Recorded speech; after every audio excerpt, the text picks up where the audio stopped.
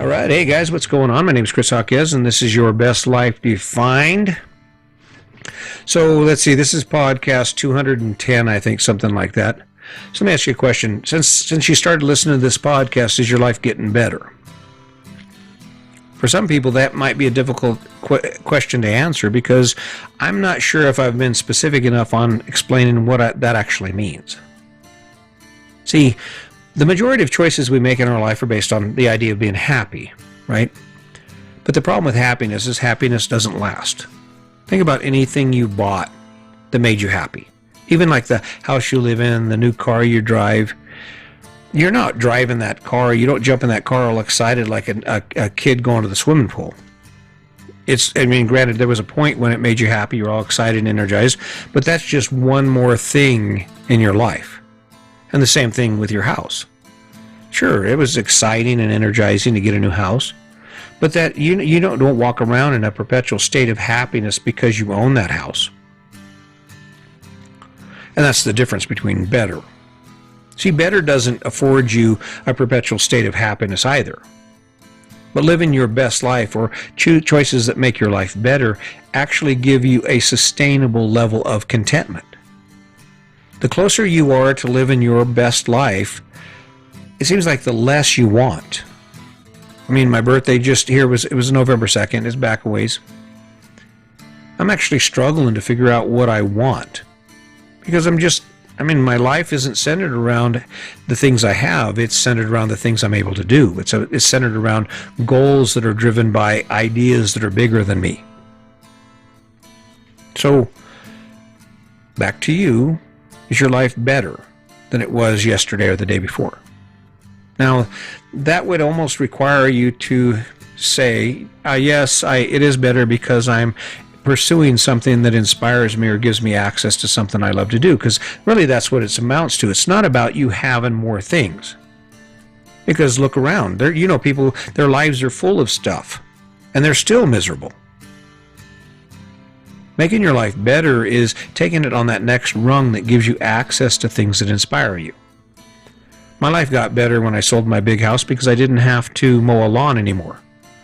My life got better when I got rid of that big-ass house because I didn't have 3,000 square foot of house to clean and a big-ass yard to do. Got better. The choice we're living now with the RV and the things we do, it makes our life better. Because for me to live a better life, I want to be able to do things I love. I want to mountain bike. I want to explore new skills like this podcast. I want to have time to do what I want to do. I don't want to feel rushed. And the biggest thing, I don't want to have to make choices or face choices that are in control of someone else. Is that completely eliminated? No, it's not. There's a certain amount of burden that comes from this choice. I have to live in RV parks. Ooh. But guess what? I have lawn outside and I didn't have to mow it. I don't have to worry about the water breaking because if the water breaks, they'll fix it. You don't have to worry about doing anything beyond this RV. And since it's only 41 feet long, it's about 400 square feet. I've almost cut my square footage from our big house down to 10% of what it was. I don't have all the work. So, is your life getting better? Did you wake up today with a plan for taking action on something that's going to allow you to have more free time to do the things you love to do? That'd be a way to make it better. Have you committed to your partner that, we're going to change how we interact? We're going to change how we communicate with each other. We're going to work towards communicating in a manner that's based on kindness and empathy and consideration. We're going to talk and not yell.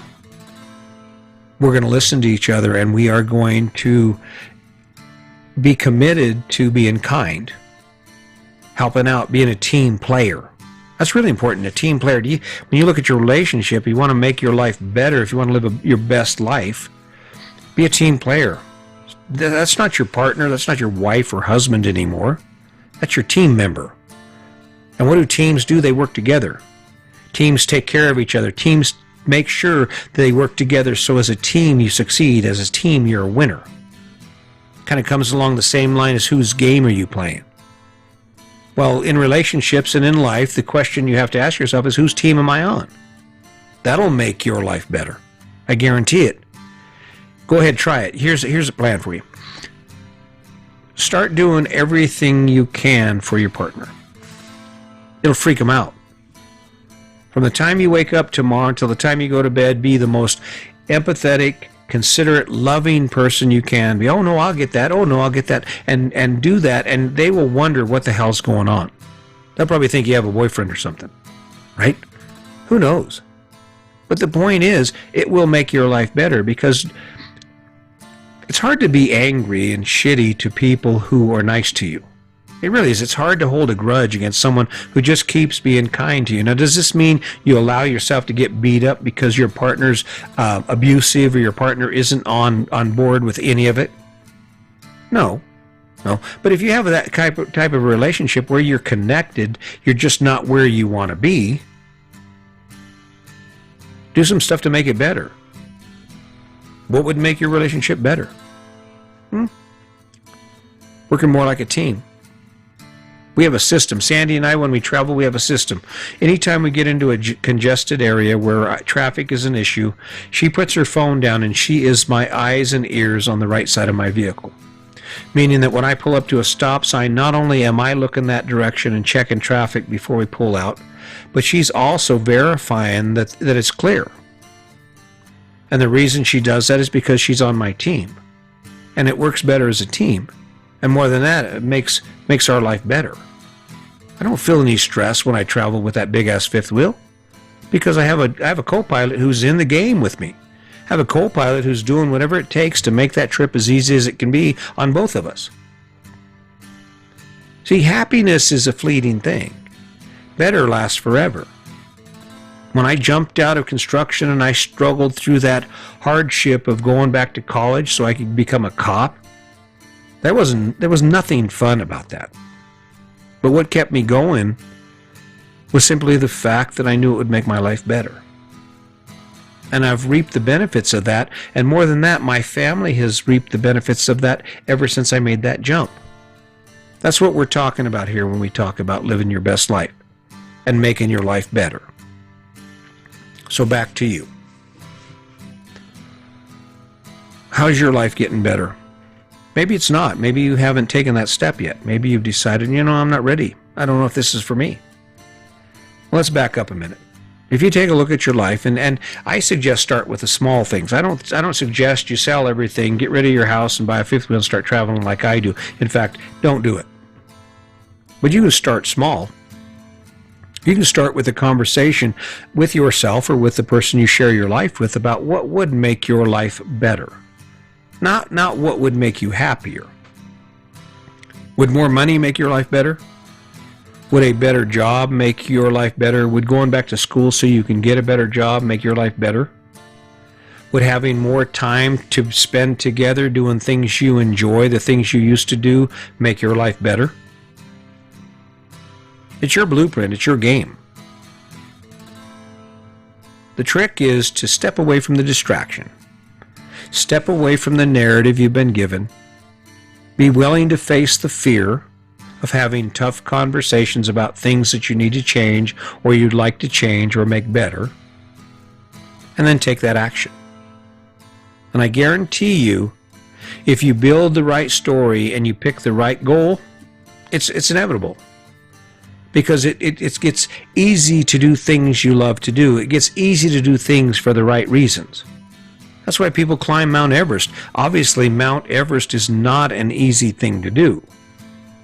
But apparently there are people in the world who have been able to build a story around it to the point that they actually believe with their heart and soul that they will do anything it takes to achieve that goal.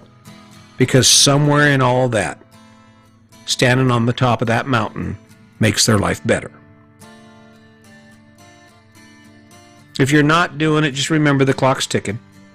Maybe you're not ready for this. Maybe you're not ready. Maybe you're too old.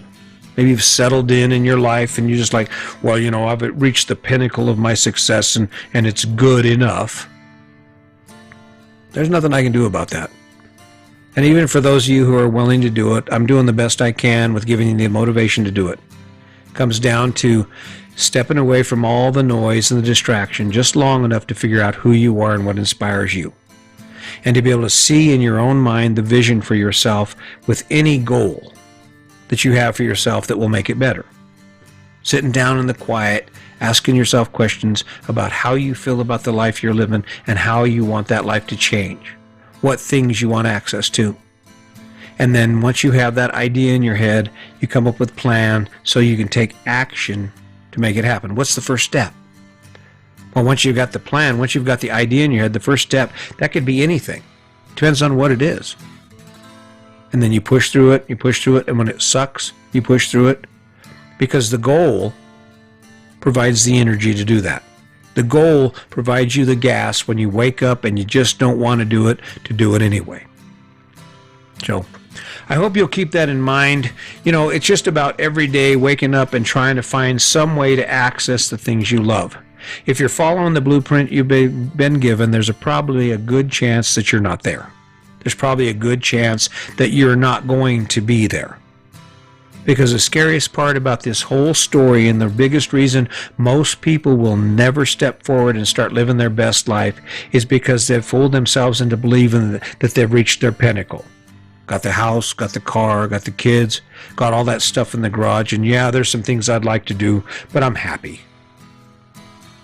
See, that's why happiness is such a cancer to success and to living your best life. The reason people grow, the reason people discover things they've never done before, the reason people fly to the moon is because it hasn't been done. It's because it's beyond what the average person is willing to do. It's okay if you're average. I'm not judging you. All I'm saying is there's a whole big better world out there if you're just willing to step beyond the average, step outside your box, get a little scared, get a little nervous, and do some wild and crazy stuff based on who you are and what you love. You might want to try it. In the meantime, if you're not ready yet, guess what? I'm still here. I'm going to keep showing up because that's what I do, because this makes my life better for a number of reasons. I can't even imagine where it's going to be in a year. So keep it in mind, and as always, just remember, today's your day. Make it a good one.